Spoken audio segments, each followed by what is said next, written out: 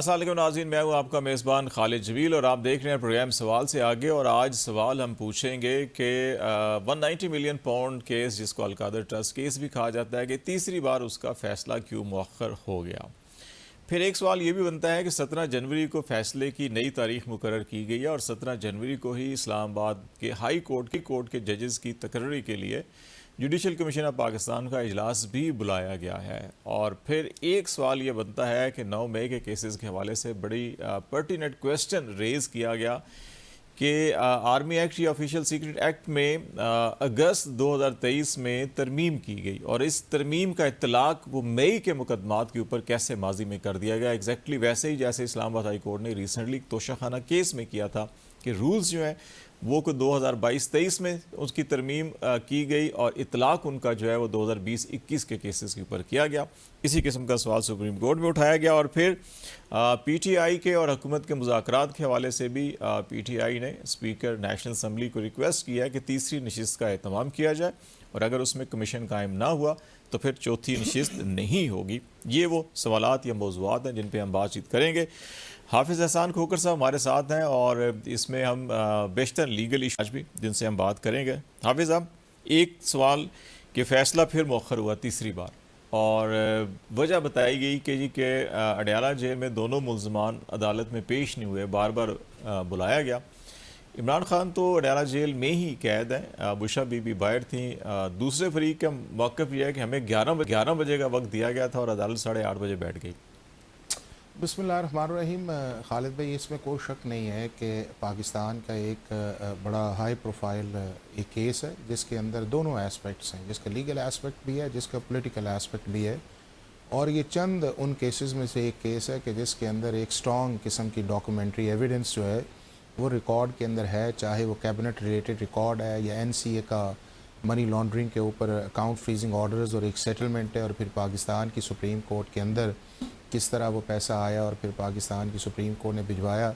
और फिर रेसिप्रोकल जो है वो आपका अलकादर ट्रस्ट तो एग्जिस्ट ही नहीं कर रहा था, जेलम के अंदर ज़मीन थी, और फिर बाद के अंदर जब ये सारा प्रोसेस जो है वो 3 दिसंबर को हुआ तो फिर ये एक ट्रस्ट बना। बट ये मेरिट्स वाली बात है, मेरा ख्याल है जो बहुत दफ़ा की जाए। बुनियादी तौर पर मैं समझता ये हूँ कि जब 18 दिसंबर को ये फ़ैसला आया था तो उस वक्त रिज़र्व हुआ था, तो जज साहब के लिए मुनासिब था कि वो छुट्टियों की बात करते। आज उन्होंने जो एक्सप्लेनेशन दी है कि एक दिन मैं छुट्टी पे था और 6 को मैं ट्रेनिंग पे था। बट अगर क्रिमिनल प्रोसीजर कोड के हिसाब से देखा जाए तो क्रिमिनल ट्रायल का जब भी एक प्रोसेस है जो हमारा ज़ाब्ता फ़ौजदारी 1898 का मौजूद है, उसके अंदर सेक्शन 366 है और वो ये कहता है कि जब भी आपने अनाउंसमेंट ऑफ जजमेंट करनी है क्रिमिनल मैटर्स के अंदर तो आपने ओपन कोर्ट के अंदर करनी है और प्रेजेंस ऑफ एक्यूज के अंदर करनी है। और उसके अंदर एक ऑप्शन तो मौजूद है कि अगर एक्यूज प्रेजेंट नहीं है तो जज अनाउंस कर सकता है। और ये किया गया अगस्त 5 को और फरवरी 3 को इद्दत केस। और वो देखने के हुआ ये है कि अभी इस केस के अंदर 3 कैटेगरी, एक वो हैं जो बिल्कुल ही अब्सकॉन्डर्स है जो मुल्क से बाहर हैं, एक वो हैं जो जेल कस्टडी के अंदर है, और तीसरी फॉर्मर प्राइम मिनिस्टर की वाइफ जो हैं वो बेल के ऊपर हैं।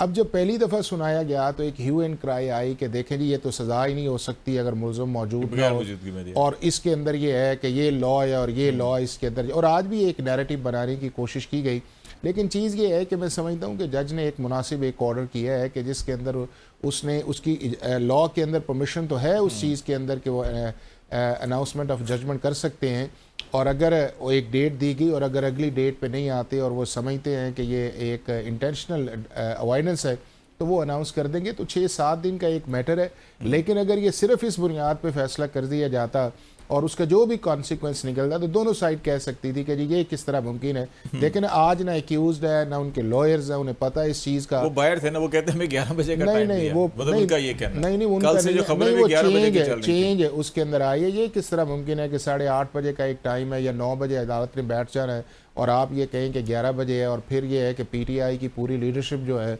वो जेल के बाहर बैठी हुई है और पहले स्टैंस ये है कि एक्यूज के बगैर सज़ा नहीं हो सकती, और जब वो आ गया है तो अब कहते हैं उसे सज़ा को सुना देना चाहिए था। तो मेरा ख्याल है इसका जो पॉलिटिकल सिनेरियो के साथ जो जोड़ा जाता है, क्योंकि इमरान खान सियासतदान है और हर सियासतदान के केसेस जो भी हो उनको सियासत से ज़रूर जोड़ा जाता है, और इसको इस वक्त जो मुज़ाकराती अमल चल रहा है, जो बात की जाती है डील की है इस किस्म की कि जैसे जैसे मुज़ाकरात आगे बढ़ रहे हैं ताख़ीर हो रही है तो फैसले में भी ताख़ीर हो रही है। एक ये इंप्रेशन है।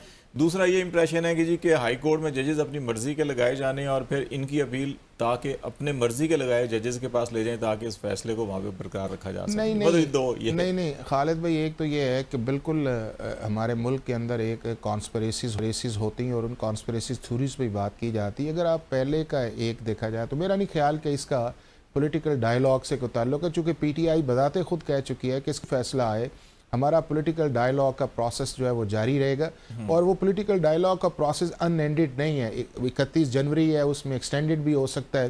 तो मेरा ख्याल नहीं।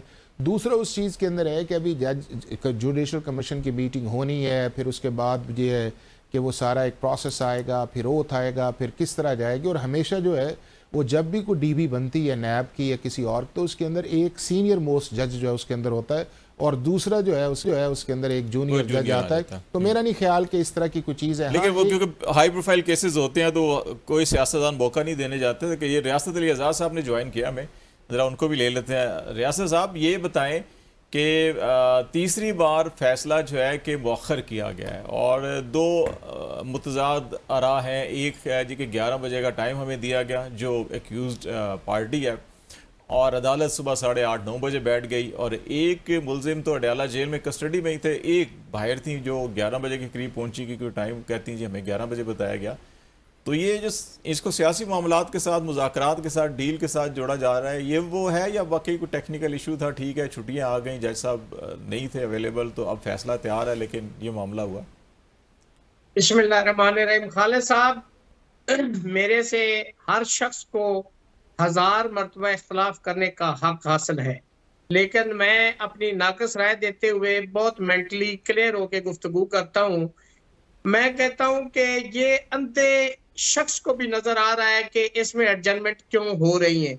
यार, कोई अजीब इत्तेफाक है कि जब इसका ट्रायल हो रहा है, रातों को शातें हो रही, एडजमेंट 1 घंटे की नहीं हो रही, तो उस केस की इतनी मरतबा एडजर्न होना, इसमें कौन सी छुपी और कौन सी रॉकेट साइंस है जो लोगों को नहीं समझ आती या हमें नहीं समझ आती। इसमें बिल्कुल कोई दूसरी बात नहीं है। इसको डायलॉग के साथ जोड़ा जा रहा है और डायलॉग के साथ जुड़ा हुआ है। उसकी रीजन ये है कि अगर तो डायलॉग हो जाते हैं कामयाब तो इसमें इमरान खान को बरी कर दिया जाएगा और अगर नहीं होते तो खान को इस केस के अंदर सजा दे दी जाएगी। इसमें तीसरी तो कोई बात ही नहीं है।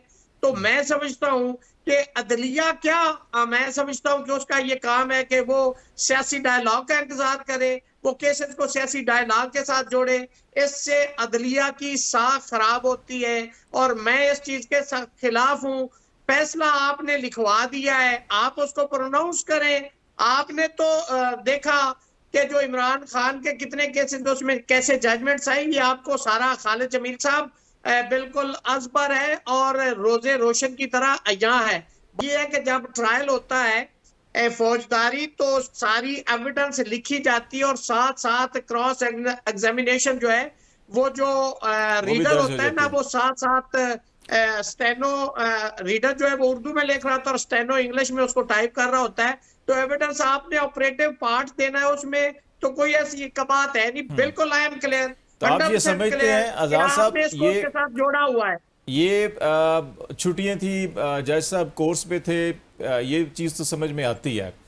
क्या आप समझते हैं कि जो आप बात कर रहे हैं या जो सियासत करते हैं वो जो बात कर रहे हैं, उससे तो ये तासुर मिलता है कि जो बैरूनी इंटरफेरेंस का एलिमेंट जो बार बार कहा जाता है और हमेशा रहा पाकिस्तान की माजी में भी, तो वो अभी भी एग्जिस्ट करता है? आपके ख्याल में ये इंप्रेशन ठीक है? बैरूनी दबाव अदलिया के हवाले से बात कर रहे हैं आप? जी जी, कि अगर देखे ना, देखो, अगर आप जज हो या मैं जज हूं तो हम तो लिखा फैसला दे देना है ना, हम क्यों नहीं दे रहे सियासी असर के तहत? अदलिया को किसी भी वक्त आप इंटरफेरेंस को ओवर रूल नहीं कर सकते। बिल्कुल मैं क्लियर हूं इसमें, और कोई इसमें वो कोई कबात वाली बात नहीं, जो हक और सच की बात है। ये बिल्कुल इंटरफेरेंस आज भी है और 26वीं तरमीम ने तो इस अदलिया का जनाजा निकाल दिया है।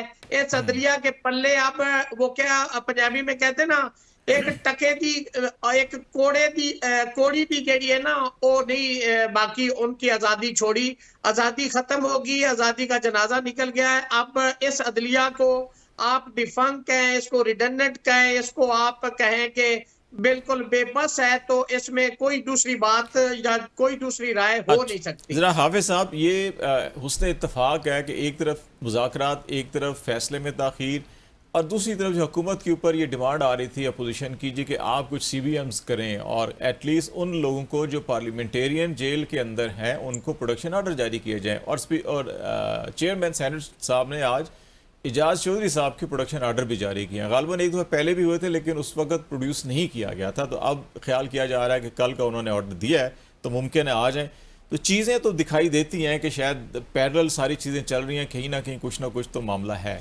अच्छा, एक तो ये है खालिद साहब कि अगर जज जो है वो एक्यूज्ड की प्रेजेंस को न कंसीडर करे, यानी कि वो मौजूद ना हो तो सज़ा दे, तो जज फिर भी जो है उस पर क्रिटिसाइज़ किया जाता है।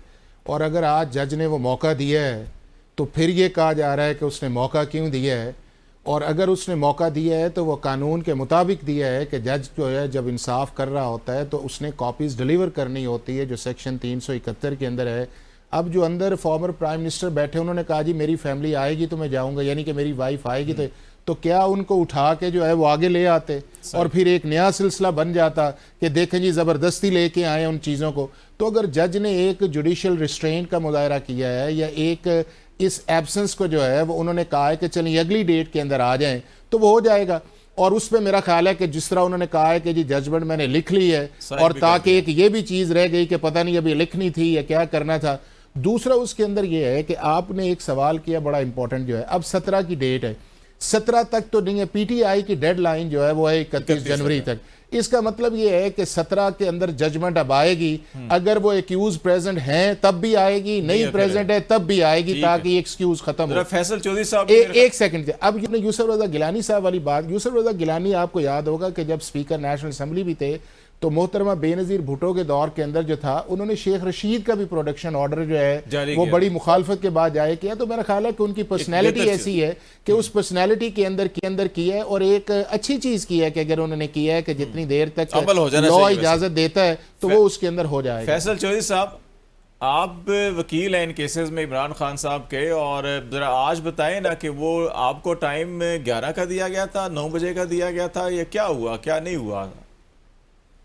खालिद साहब, हमें तो टाइम 11 बजे का ही दिया गया था जज साहब की तरफ से, और ये 1.5 साल से जो है ना जी ये मामला जी ये सर अपना 11 बजे ही चलती है। अच्छा, अडयाला में जो है वो 11 बजे होती है हियरिंग। ये जो आज जुडिशल कंस्टेंट का मुजाहरा किया जा रहा है खालिद जमील साहब, जी ये इमरान खान के बाकी केसेस में कहा गया था, ये फौत हो गया था। जब पहले ये सारी चीजें कि इमरान खान को उठा के ले जाए, इमरान खान को इस्लामाबाद हाई कोर्ट पे जैसे उठाया गया था, इस्लामाबाद हाई कोर्ट के अंदर से उठाया गया था, तो हमने तो कहा था कि ये अदलिया पे हमला है, और अदलिया ने इस्लामाबाद हाई कोर्ट ने FIR दर्ज करने का हुक्म भी दिया था। सब कह रहे हैं अगर एक पहले गलती हो गई थी तो दोबारा गलती नहीं, की जाती। आप ये करवाना चाह रहे हैं ना, आप ये कहें नहीं आजाद साहब, आज अगर आज वो फैसला सुना देते तो सबसे पहला आर्गूमेंट यही आना था कि देखे जी एक्यूज की अदम मौजूदगी के अंदर सजा दी और सजा गलत है जी, और ये आइन और कानून के खिलाफ है, ये जज को क्या जल्दी आ गई कि उसने फैसला कर दिया। तो अगर जज ने बेचारे ने कह दिया है कि 7 दिन के बाद मैं फैसला कर दूंगा, या तो एक्यूज बाद में चला जाता है ना 11 बजे के बजे, मैं आ गया हूं, आपने क्यों नहीं कहा मैं रास्ते में था, ट्रैफिक ब्लॉक हो गई थी या किसी जगह रोक लिया, 11 बजे तो पहुंच गई थी, वो जो अंदर था उसको तो मेरे ख्याल है नहीं, अंदर वाला कह रहा है कि मेरी फैमिली आएगी तो मैं जाऊंगा ना उस चीज के अंदर। नाज़रीन, यहाँ पे हम ब्रेक लेते हैं, ब्रेक के बाद वापस आएंगे तो यहीं से बातचीत का सिलसिला आगे बढ़ाएंगे, हमारे साथ रहिएगा।